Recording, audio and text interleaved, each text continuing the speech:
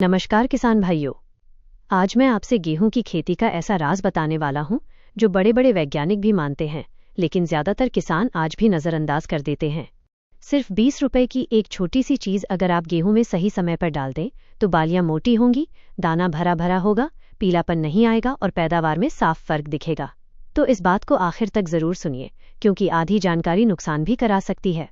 समस्या भाइयों, जरा सोचिए, गेहूं की फसल हरी तो दिखती है, पानी और यूरिया भी पूरा दिया, फिर भी बालियां छोटी रह जाती हैं, दाना पूरा नहीं भरता और पत्तियां पीली पड़ने लगती हैं। कई किसान कहते हैं, खाद तो पूरी दी, फिर कमी क्यों?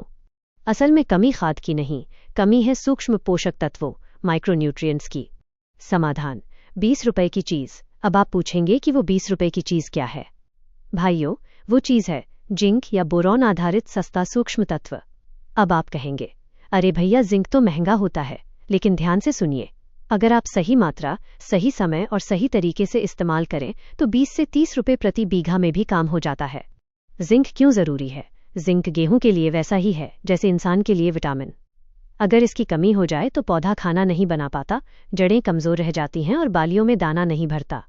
लेकिन जब जिंक मिल जाता है तो पौधा ताकतवर बनता है, पत्तियां गहरी हरी रहती हैं और फसल जल्दी पकती है। यही है कम खर्च में बड़ा फायदा। इस्तेमाल का सही समय यहाँ सबसे ज्यादा गलती होती है।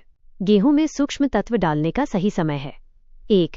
पहली सिंचाई के बाद, 2 या 30 से 35 दिन की फसल में, 3. जब पौधा बढ़वार पकड़ रहा हो।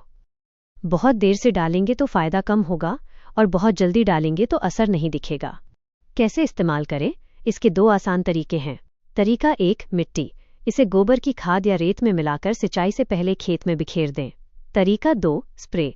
थोड़ी सी मात्रा का घोल बनाकर सुबह या शाम छिड़काव करें। धूप में कभी स्प्रे न करें। सावधानियां भाइयों, ये 3 गलतियां कभी मत करना। 1. ज्यादा मात्रा न डालें। 2. इसे दवाई समझकर बिना जरूरत इस्तेमाल ना करें। 3. याद रखिए, सूक्ष्म तत्व पूरक हैं, मुख्य खाद नहीं। निष्कर्ष, मेरे गांव के एक किसान ने पिछले साल सिर्फ एक बार यह तरीका अपनाया और उन्हें प्रति एकड़ 2 क्विंटल ज्यादा उत्पादन मिला। तो भाइयों, अगर आप कम खर्च में मजबूत फसल चाहते हैं तो समझदारी से काम लें। खेती अब सिर्फ मेहनत नहीं, समझदारी का खेल है।